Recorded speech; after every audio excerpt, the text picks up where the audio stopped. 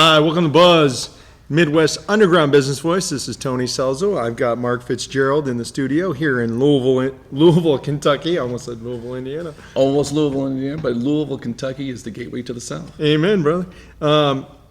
You're a MSF. You've got a company called MSF Consultants, but you're an architect that's really got a cool niche. Now, talk to me a little bit about what you do and how you provide value to the business community. Well, basically, quality control through green design is the concept that we have here. And what I mean by quality control is basically what clients are looking for are quality product, but price is basically no option. I would love to have that or anything like that. Yeah. I'll give you a story. Okay. I'm working with a client on a basement renovation. He's basically just got studs out, but he's a musician, and he's got drywall up on half the walls. And I'm looking through the design that he's done by himself, and I'm basically saying, his name is John. John, what you created here is a snare drum. Is that what you want as a musician? He goes, no, I want a better acoustics. Well, what you've done is you actually placed your drywall right up against your studs, and the reverb type is going to be just like that. Yeah. Whereas if you had taken maybe another channel, a resilient channel, in between the stud and the drywall and created a sort of a buffer, sure, the reverb time would have been better. Yeah.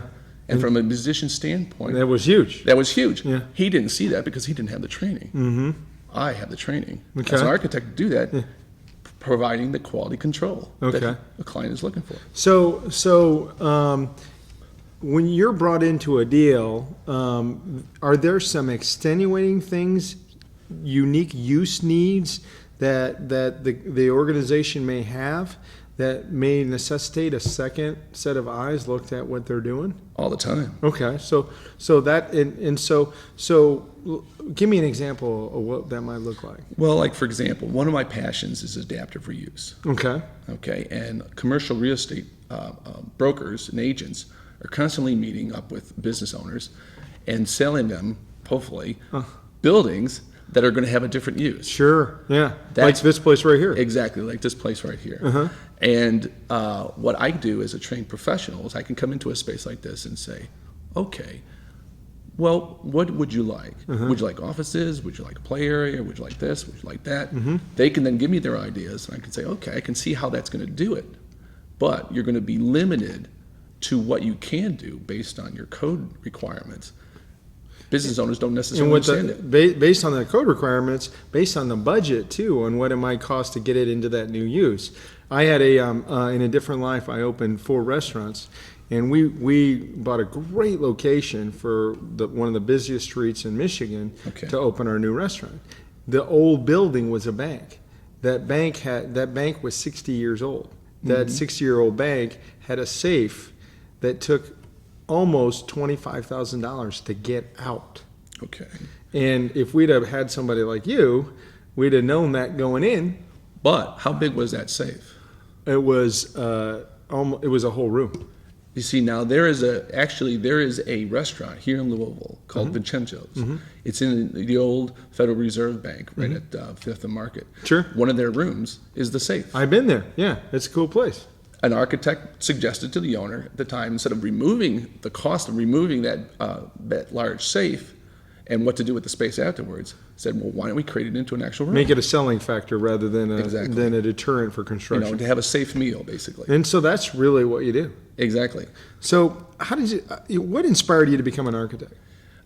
For myself, I grew up in Oak Park, Illinois, which is the home of Frank Lloyd Wright. Yeah. And love his work. Love his work. Yeah. Prairie style. And what he did is basically he went beyond what the client was necessarily wanting. He went that extra mile. He'd give those type of services to his clients. Now you say that we just talked about one of your favorite quotes, and so what is it that makes you different from all the other architects that are out there? The best example that I can use is by basically telling a story about and I'm not going to name the name of the company. I'm just going to say it's a major telephone company. Okay.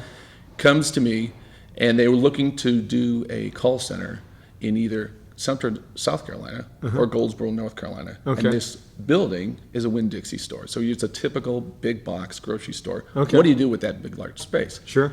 It's large enough for a call center, okay? Yeah. That's not an issue. But through a client needs analysis, we find out, or I find out, that the client is looking for 450 dedicated spaces, parking spaces.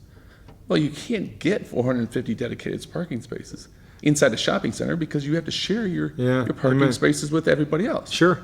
So I go that extra mile and I start talking with the zoning officials and the government officials and find out that it's easier to expand the parking in Goldsboro, North Carolina, as opposed to Sumter, South Carolina. Wow. Now, the trickiness about this whole scenario is the building in Goldsboro is older than the one in South Carolina. So it's more expensive to renovate. Okay.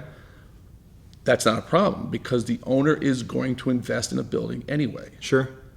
But his needs were 450 dedicated spaces. By expanding the parking lot in Goldsboro, North Carolina, which was cheaper to do, we met their needs. Wow. That's going that extra mile. Yeah, so really understanding the end goal of what your clients are trying to do, and then using your expertise to recommend the right solution, even when it doesn't look like the right solution from Exactly. the get-go. That's where you're coming from. That's where I'm coming from. And That's where the quality control is there. so, Mark, the last thing I would try to wrap in saying is, I'm going to think that who are you networking with to grow your business? Are you talking to commercial realtors? Is that a good connection for you? I'm currently developers? Yes, developers. As a matter of fact, I'm trying to develop a project on my own. Okay. Basically, right now I'm a philanthropic developer architect with no money. Yeah, nice. Okay, I've been there. But I'm talking with those type of business owners. Okay. But I'm also talking with other different types of business owners and other different types of sales managers because those are the people that are connected into other different organizations. So commercial realtors, developers are great strategic connections for you. If you want someone that's going to look at the whole development and give you the best solution beyond the solution the obvious solution, that's when you bring Mark in. Exactly. Mark, Thank you very much. Appreciate you.